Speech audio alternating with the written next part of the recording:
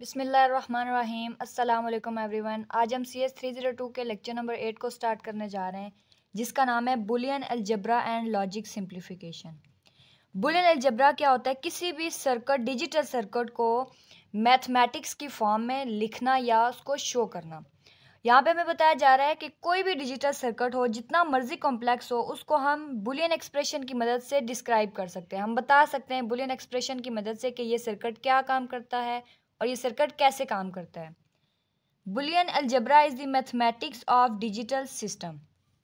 आगे ये कुछ गेट्स हैं जो हम प्रीवियस लेक्चर्स में ऑलरेडी पढ़ के आए हैं, तो यहाँ पे उन्होंने हमें समरी दी हुई है। एंड गेट क्या करता है? मल्टीप्लिकेशन। और गेट एडिशन करता है। नॉट गेट हमारे पास जो भी चीज़ गिवन होगी उसका इन्वर्स ले लेगा, मतलब उल्टा देगा। नैंड गेट क्या करेगा? इस एंड गेट का इन्वर्स ले लेगा। और नेक्स्ट टॉपिक आता है बुलियन एक्सप्रेशन के एडवांटेजेस।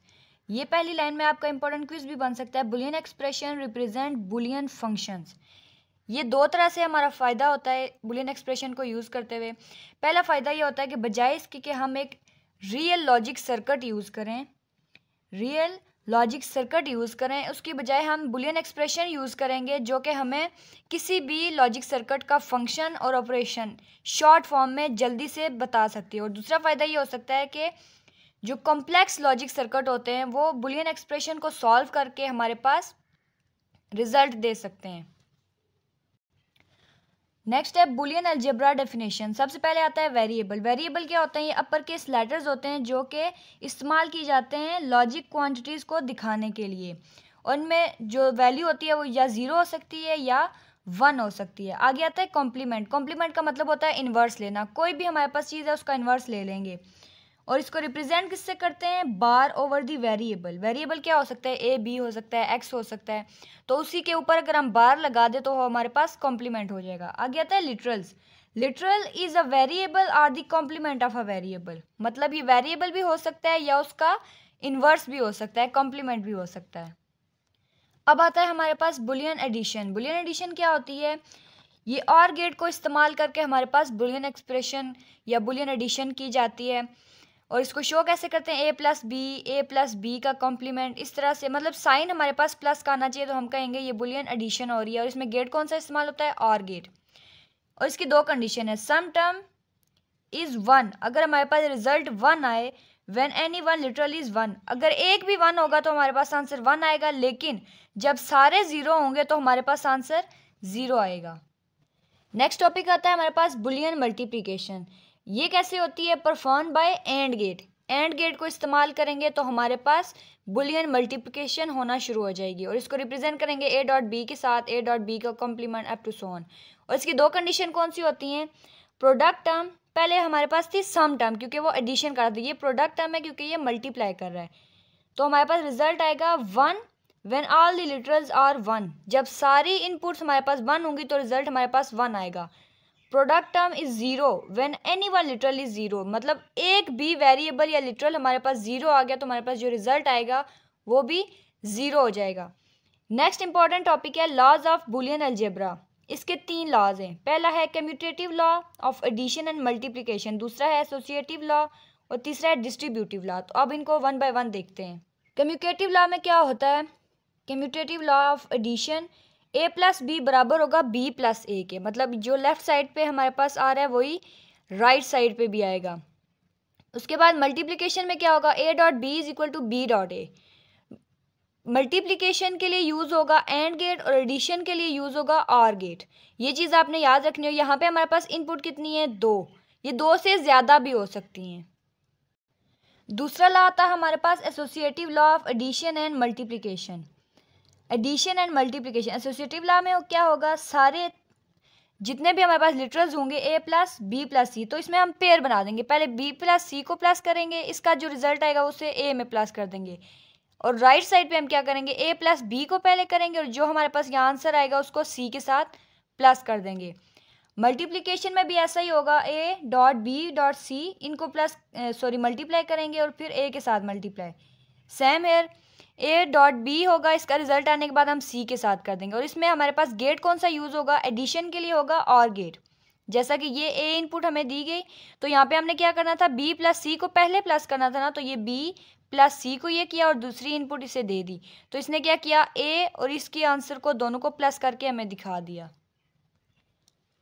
आगे आता है implementation of associative law in multiplication. Multiplication में एंड गेट को इस्तेमाल करेंगे।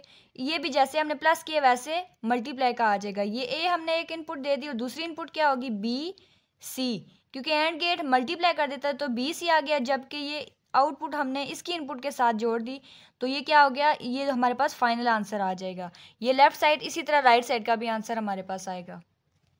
अब लास्ट में हमारे पास तीसरा डिस्ट्रीब्यूटिव लॉ आता है, जो कि क्या काम करता है, एट अ टाइम मल्टीप्लाई भी कर रहा होता है और प्लस भी कर रहा होता है। A multiply by B plus सी, ये रिजल्ट आएगा और ए के साथ मल्टीप्लाई कर देंगे। और दूसरी साइड पे क्या कर रहा है, A multiply by B plus A multiply by C, यानी कि ए को अंदर उसने मल्टीप्लाई कर दिया और उसके बाद हमारे पास प्लस करेगा।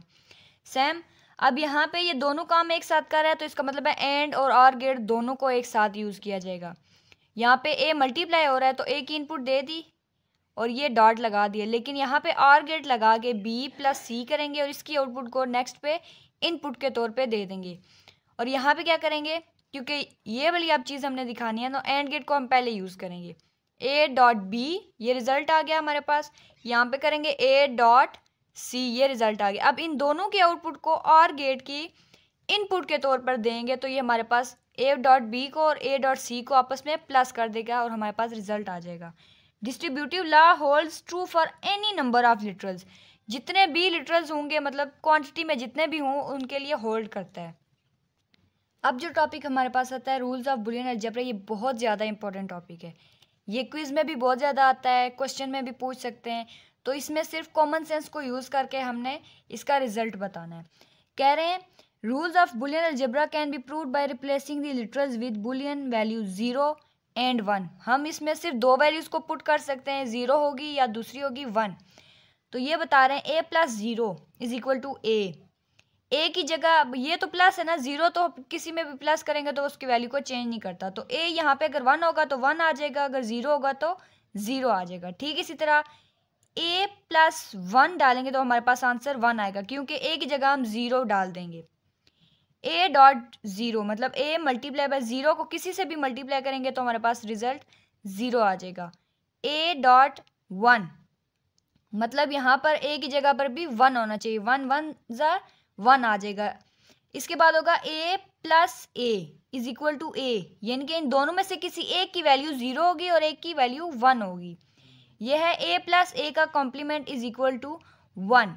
तो अब ये देखेंगे कि यहाँ पे अगर हमने 1 डाला हुआ है तो यहाँ पे 1 डालेंगे जो कि कॉम्प्लीमेंट लेने के बाद 0 कर देगा, तो फिर हमारे पास आंसर 1 आ जाएगा। ठीक इसी तरह ए डॉट ए होगा इज इक्वल टू ए, मतलब इन दोनों में जो वैल्यू हम पुट करेंगे वो दोनों एक जैसी होनी चाहिए, या दोनों 0 होनी चाहिए या दोनों 1 होनी चाहिए, तभी हमारे पास रिजल्ट जो है एक जैसा आएगा।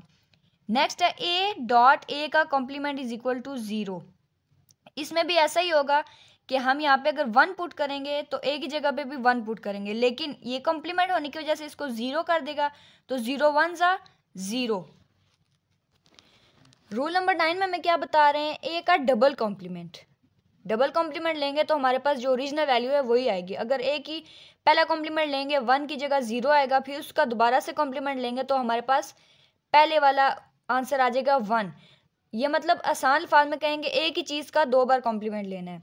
नेक्स्ट है A plus A dot B is equal to A. तो ये रूल नंबर 2 को यूज़ करते हुए हम ए डॉट बी को क्या करेंगे, 1 यहाँ पे से ए कॉमन ले लिया ना, तो ये ए कॉमन लेंगे, 1 प्लस बी रह जाएगा पीछे, तो 1 plus B is equal to 1 करेंगे तो हमारे पास आंसर आ जाएगा। ठीक इसी तरह ए प्लस ए का complement B is equal to A plus B, तो ठीक इसी तरह ये आप यहाँ से भी कॉमन लेंगे, हमारे पास रिजल्ट आ जाएगा। ये आपने खुद एक दफ़ा सॉल्व करना है, इंशाल्लाह आपको अच्छे से समझ आ जाएगी। नेक्स्ट है यहाँ पे डिस्ट्रीब्यूटिव लॉ को यूज़ किया गया है, A plus B dot A plus C is equal to A plus B dot C. यहाँ पे अगर ब्रैकेट लगा दे तो ज़्यादा आपको अच्छे से समझ आएगी। अब इन्होंने क्या किया, इन दोनों को आपस में मल्टीप्लाई करने के बाद हमारे पास अप्लाइंग डिस्ट्रीब्यूटिव लॉ लगाया, और यहाँ से जो कॉमन चीज़ आ रही थी, ए आ रहा था ना कॉमन इन तीनों में, तो ए कॉमन ले लिया, 1 plus C plus B is equal to plus B C. तो यहाँ पे इन्होंने क्या किया, ए लिख दिया 1 plus C plus B, rule number 2 को यूज़ करते हुए, मतलब सारी चीज़ों को प्लस करें तो हमारे पास आंसर 1 आएगा। 1 पुट करने के बाद इन्होंने क्या किया, ये फाइनल आंसर दे दिया। तो पार्ट नंबर 1 में हम इतना ही करेंगे। इंशाल्लाह नेक्स्ट पार्ट में आपको बाकी चीज़ें समझाई जाएंगी। मिलते हैं।